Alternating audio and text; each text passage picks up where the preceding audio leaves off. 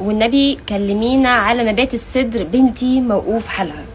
هو اول حاجه بس يعني ايه، خلي بنتك تصلي وتقول اذكارها في ميعادها وتصلي الفروض بتاعتها في ميعادها، فربنا ان شاء الله يزيح عنها كل بلاء. بس نبات السدر ده سحر، والله العظيم 3 سحر. انا عايزه اقول لكم ان نور ابني متبهدل، طفل عنده 2 و4 شهور. نور ابني متبهدل يعني، حتى انت لو تلاحظوا انا ما بقتش بنزله معايا خالص ولا بظهر صوره اصلا. فدخلت كلمت توما، قلت لها دلوقتي يا توما في 1 2 3 انا نور ما بيلحقش يفوق، ما بيلحقش يفوق. بيلعب طفل، بيلعب عينه طورة قد كده وزرقان. بتحصل معاه حاجات مش احسن حاجه، صريخ وصوات طول الوقت، ويقعد يشاور على حاجات مرعوب منها ويخبي عينه.